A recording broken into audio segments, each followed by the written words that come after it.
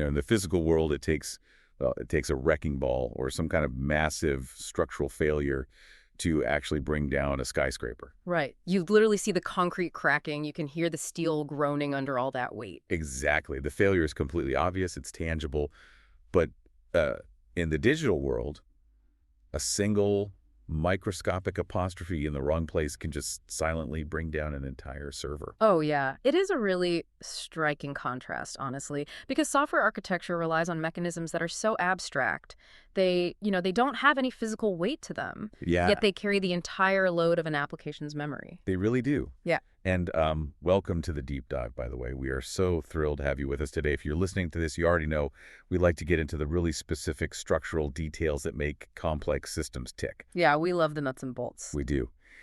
And today we are extracting the hidden wisdom from a highly technical programming note to understand exactly how a single character choice can optimize an entire system. Yeah, and the source we are unpacking today is a deeply insightful piece of writing.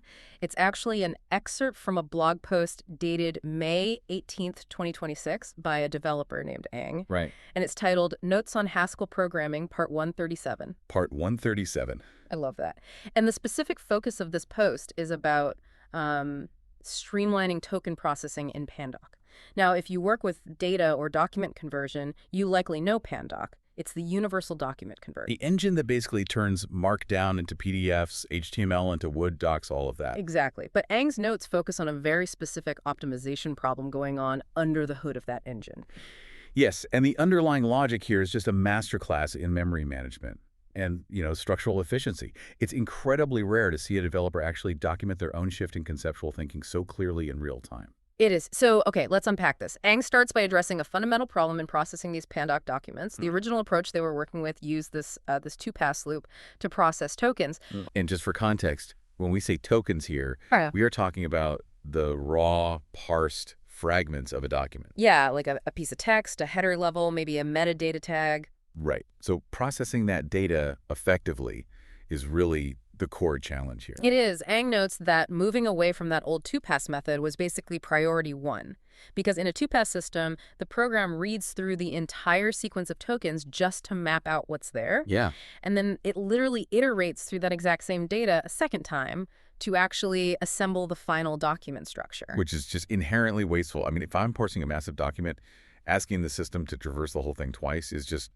You're just burning processing cycles for no reason. Exactly. It's like, imagine you have a grocery list, right? Yep. It would be like reading your entire grocery list top to bottom twice before actually putting a single item in your cart. It makes no sense. Yeah.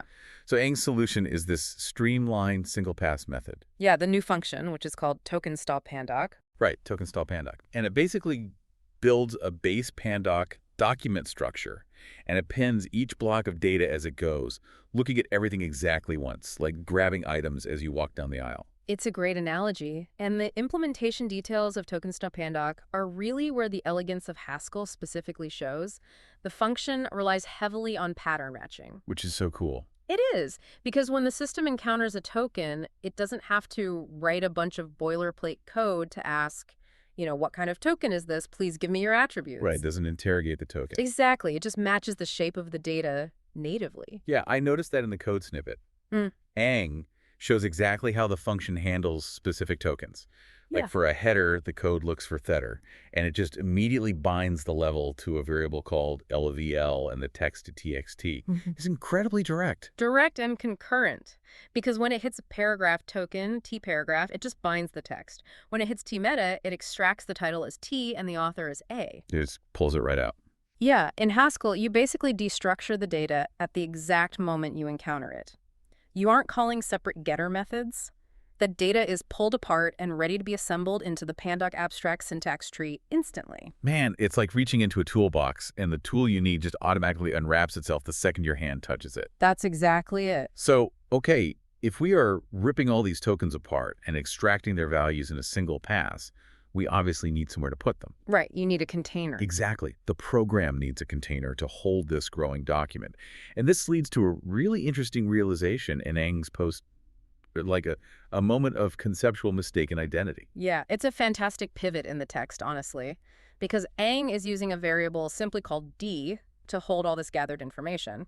presumably standing for document. Makes sense. And Ang writes that initially they thought they were implementing the traditional visitor pattern with this D variable. Now, I know the visitor pattern is one of those classic Gang of Four object-oriented design patterns, but why would Ang mistakenly think this single-pass setup was a visitor pattern? Like, what does a true visitor actually do? Well, what's fascinating here is that in object-oriented programming, a visitor pattern is a way of separating an algorithm from the object structure it operates on. Okay. So imagine you have a complex hierarchy of different objects. A true visitor object travels through that hierarchy, and it uses something called double dispatch. Double dispatch. Yeah.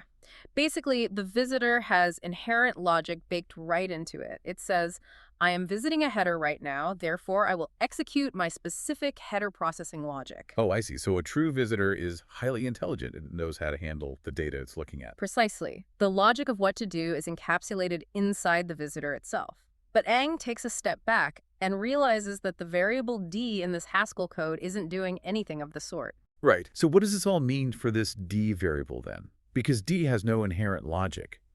It's not some smart robot walking down an assembly line making intelligent decisions about headers and paragraphs. No, not at all. It's just a passive container. It's just the snowball rolling downhill, right? I like that. Yeah. It rolls over a theta token, and the LVL and TXT just stick to it. Then it rolls over T-meta, and the title and author get packed on. The snowball itself isn't deciding how to roll or how to process the snow. It's literally just blindly accumulating mass as it's pushed along. That is a great way to separate the data from the function. The post explicitly clarifies this, actually. Ang notes that D is nothing more than an accumulator. An accumulator? Yeah. The logic of how to extract the data is in the token-sto-pandoc pattern matching we just discussed. The D variable is just the record being updated. Like you said, the snowball isn't driving itself. Right. Which begs the obvious question, I think. If D is just a passive accumulator and an inert snowball of data, what is actually pushing it down the hill? What is the engine iterating over this list of tokens? And this is where we hit the core technical breakthrough of Ang's entire post.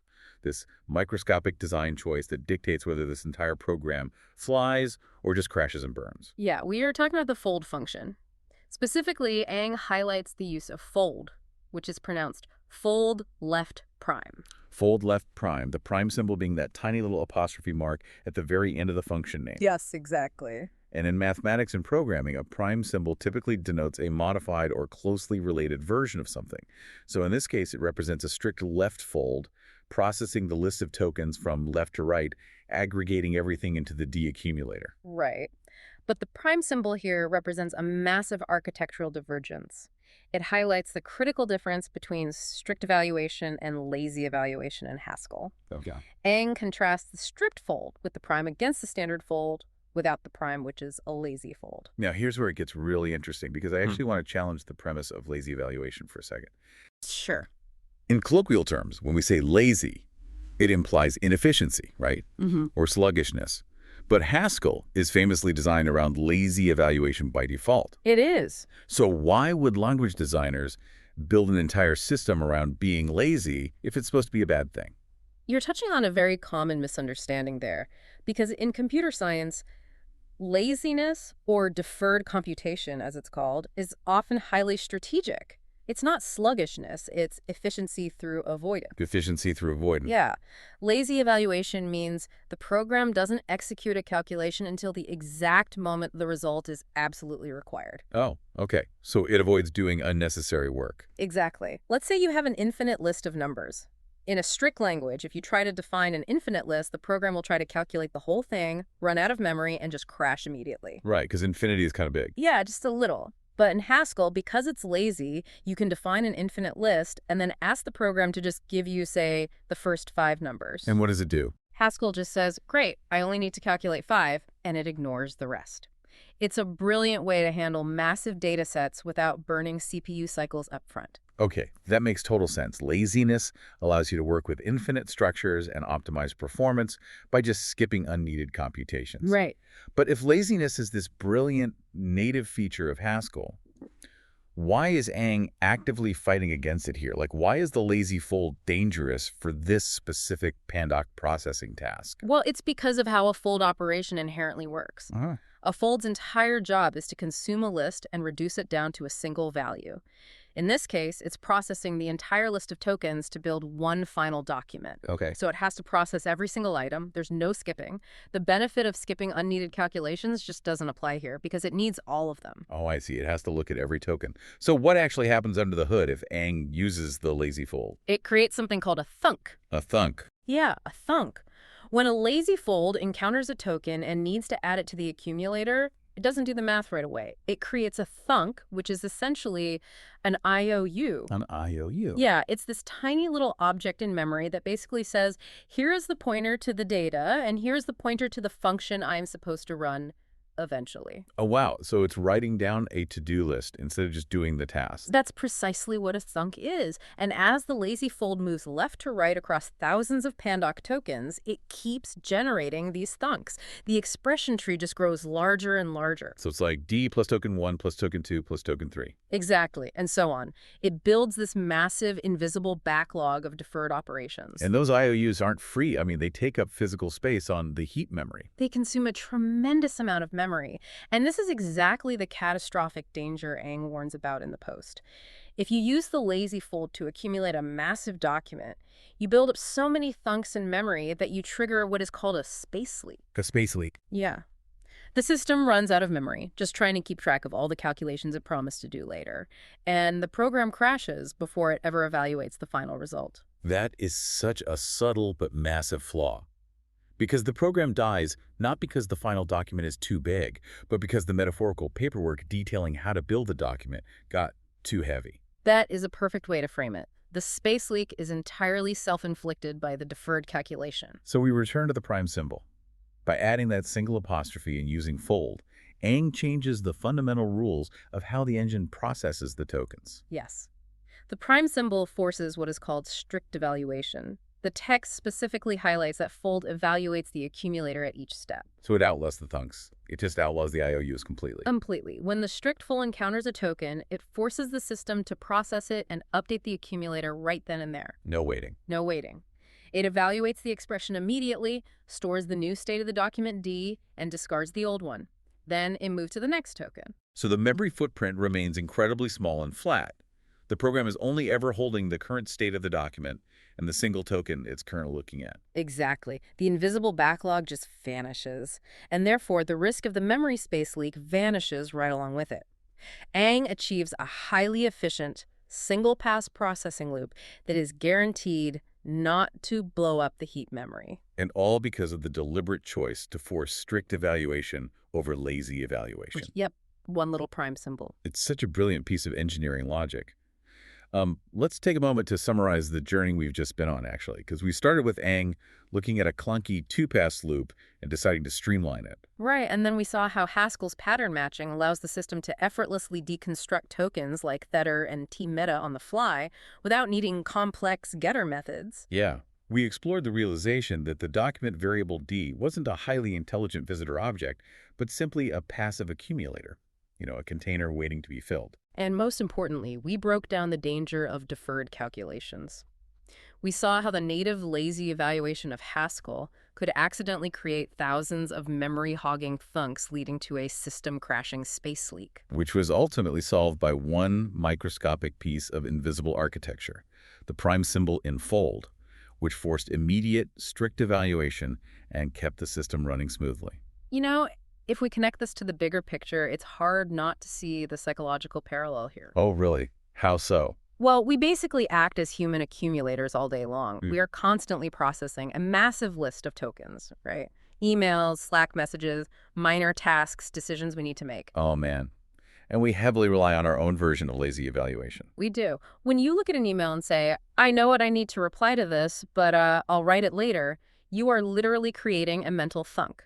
Wow. You're deferring the calculation. You just store a little IOU in your working memory. That is incredibly accurate. And just like the Haskell program, those mental IOUs aren't free, are they? No, they're not. You build up this invisible backlog.